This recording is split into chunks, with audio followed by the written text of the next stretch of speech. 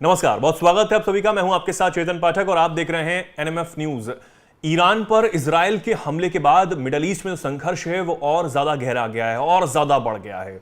मुस्लिम देशों ने इस पर चिंता जताई है, जिनमें पाकिस्तान भी है, सऊदी भी है, मलेशिया भी है। उन्होंने कहीं ना कहीं इस बात को कहा है कि इजराइल ने जो ईरान पर ये हमले किए वो कानूनों का उल्लंघन है, उसे ऐसा नहीं करना चाहिए था।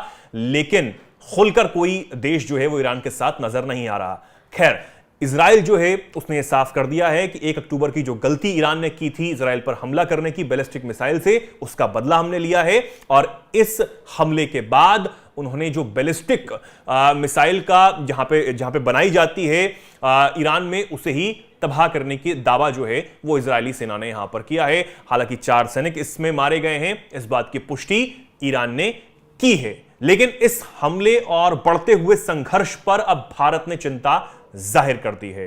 दरअसल भारत ने रूस और यूक्रेन के मुद्दे पर भी एक बात कही थी कि दोनों पक्षों को संयम बरतना चाहिए, और इस बार भी बढ़ते हुए संघर्ष पर चिंता जाहिर करते हुए भारत ने इस बात को कहा है। दरअसल भारतीय विदेश मंत्रालय की तरफ से एक पोस्ट किया गया और इस पोस्ट में यह बताया गया कि दोनों पक्षों को संयम बरतना चाहिए।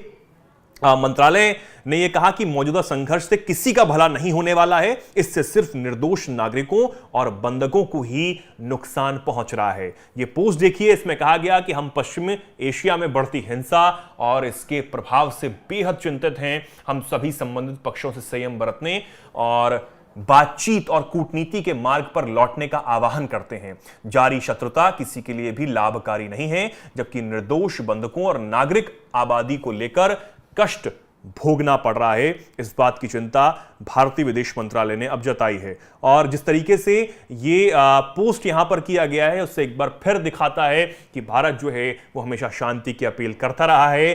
अपने साथ भी अगर किसी का तनाव चलता है या फिर दुनिया में कहीं भी तनाव चल रहा है, और भारत की जो भूमिका है वो हमेशा यही रहती है कि हमेशा हर जगह सिर्फ शांति बनी रहे, नागरिकों की सुरक्षा के साथ कोई खिलवाड़ ना हो, कोई भी निर्दोष जो है इस हिंसा के चक्कर में ना वो जान गंवा पाए। ये कहीं ना कहीं पहल जो है वो भारत करता रहा है, और भारत ने इस बार भी यही कहा है और चिंता जाहिर करते हुए बढ़ते तनाव को कम करने की बात यहां पर की है कि किसी भी तरीके से आप बातचीत करिए, सीज फायर करिए, और बातचीत के जरिए ही इस संघर्ष का हल जो है वो निकल सकता है। इस बात का जिक्र विदेश मंत्रालय की तरफ से यहां पर किया गया है। अब आप ये देख सकते हैं किस तरीके से जो हवाई हमले ईरान पर किए गए, उसके बाद जो अपील है वो लगातार की जा रही थी कि इस तरीके के हमले ना हो मुस्लिम देशों की तरफ से। लेकिन अमेरिका जो है, अमेरिका चेतावनी अब ईरान को यह दे रहा है कि आप दोबारा गलती मत करिएगा इजराइल पर कोई हमला करने की, क्योंकि आप देखिए अमेरिका जो है वो पूरी तरीके से इस संघर्ष में इजराइल के साथ खड़ा हुआ नजर आ रहा है। वो सीज फायर की बात तो करता है, लेकिन एक तरीके से इजराइल को उकसाता हुआ भी नजर आता है। इसके बाद ये हमले जो हैं वो ईरान पर होते हैं। आप ईरान को पलटवार ना करने की बात कहते हैं, लेकिन एक तरीके से अगर इस संघर्ष को रोका जाए तो जो जिंदगियां रोजाना इस संघर्ष की तरफ से जा रही हैं, वजह से जा रही हैं, वो बच सकती हैं। लेकिन भारत अब ये समझता है और भारत ये जानता है, इसलिए वो हमेशा शांति की अपील दोनों ही देशों से इस वक्त करता हुआ नजर आ रहा है, और कहा है कि जो दोनों देश कट्टर दुश्मन एक दूसरे के बने हुए हैं, उसमें सिर्फ जिंदगियों का नुकसान हो रहा है, निर्दोष जो नागरिक हैं वो मारे जा रहे हैं। इन हमलों को कैसे भी रोका जाए, और इन हमलों में जो भी नागरिक की सुरक्षा दांव पर लगी हुई है वो ना हो, शांति हमेशा बनी रहे।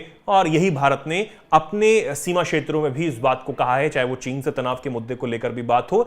इसी तरह इसी कूटनीति से चीन से भी जो समझौता हो पाया है, ये इसी वजह से मुमकिन हो पाया है। इसलिए भारत ये कहता है कि सिर्फ बातचीत ही एकमात्र रास्ता होता है कोई भी संघर्ष को रोकने का, और यही बात मिडल ईस्ट में चल रहे इस संघर्ष को लेकर भी भारत ने अब कह दी है। अब आप इस पर क्या सोचते हैं, क्या कुछ कहना चाहते हैं, कमेंट सेक्शन में आप जरूर बताएं, और देखते रहें एनएमएफ न्यूज। नमस्कार।